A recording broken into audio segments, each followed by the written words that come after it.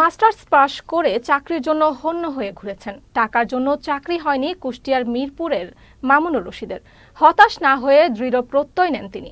চাকরি করবেন না, চাকরি দেবেন। মাত্র ২৬০০ টাকায় ৪টি মধুর বক্স কিনে শুরু করেন মধু সংগ্রহ। এখন তার খামারে কয়েকশো মৌমাছির বক্স গড়ে তুলেছেন মিষ্টি মৌ খামার। দেশের গণ্ডি পেরিয়ে বিদেশেও রপ্তানি হচ্ছে এই খামারের মধু। বিস্তারিত প্রতিনিধি মোহাম্মদ সেলিম রেজা রনির পাঠানো তথ্যচিত্রে দেখুন ডেস্ক রিপোর্ট।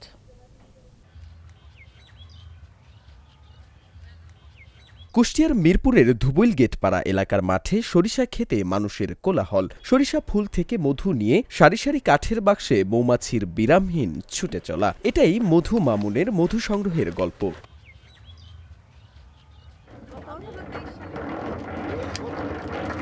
দেশের আলাদা আলাদা জায়গায় এরকম কয়েকটি প্রকল্প রয়েছে মামুনের। ২০১৭ সাল থেকে অস্ট্রেলিয়া, স্পেন ও কোরিয়াতে তার মধু রপ্তানি শুরু হয়। ২৬০০ টাকা নিয়ে আমি ৪টা মৌ বক্স নিয়ে আমার এই মৌ খামারি তৈরি হওয়া, সেখান থেকে আমার এখন 450 মৌ বক্স।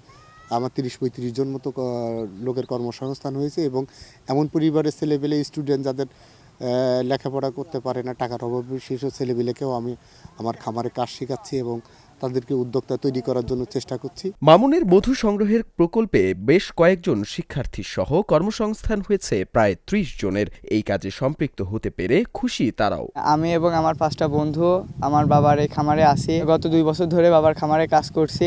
আমি ফ্রেম বাইরে যে সময় ফ্রেম বসাই, ফ্রেমে মধু ঝাড়ি, আপনার ফ্রেম মেশিন ঘোরাই, মানে সবই পড়াই, কাজ জানি আর কি। অনেকেই নিজ চোখে হারভেস্ট করা দেখে খাঁটি ও টাটকা মধু সংগ্রহ করছেন মধু মামুনের মিষ্টি মৌ খামার থেকে।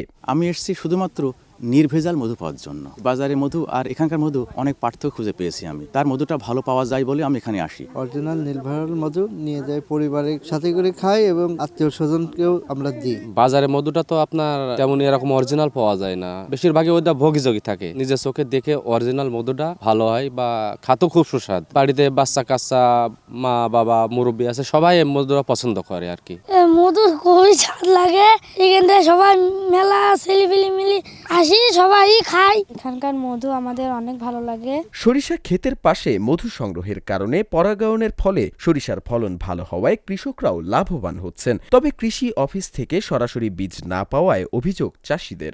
এবার 5 বিঘে শস্যা বুনেছি, কোনোদিন আমি একটা শস্যার বিষও আমি কোনদিন পাই নাই। আবার 7 বিঘে 8 বিঘে ধান লাগাই, কোনো একটা বিষও আমি পাই নাই। মধু এখানে প্রায় 7 থেকে 8 বছর চাষ হচ্ছে। এই এলাকায় মাঠে তখন সরিষা ছিল না, যখন ও আসছে তখন সরিষা শুরু হয়েছে। সুন্দর সরিষা হচ্ছে মধুর জন্য, সরিষার ফলনও ভালো হচ্ছে। 5 থেকে 7 মণ পর্যন্ত সরিষা হয় ধরেন। যদিও জেলা কৃষি অফিস বলছে তামাক চাষ করা যাবে না এমন কোনো আইন এখনো তৈরি হয়নি। কোনো আইন কানুন তো নেই। তো আমরা যতটুকু উদ্বুদ্ধ করতে পারি যে আপনারা এই ক্ষতিকর পদার্থ এটা চাষ না করে খাদ্যদ্রব্য চাষ করেন, সেটা আমাদের যে মাঠ পর্যায়ে যে তাদেরকে পরামর্শ দেওয়া, সেটা অব্যাহত আছে। মধু মামুনের কাছ থেকে অনেকেই প্রশিক্ষণ নিয়ে উদ্যোক্তা হচ্ছেন। এভাবেই সফল উদ্যোক্তার গল্প ছড়িয়ে পড়ুক, এমনটাই প্রত্যাশা সবার। দীপুন নূর, চ্যানেল এস নিউজ ডেস্ক।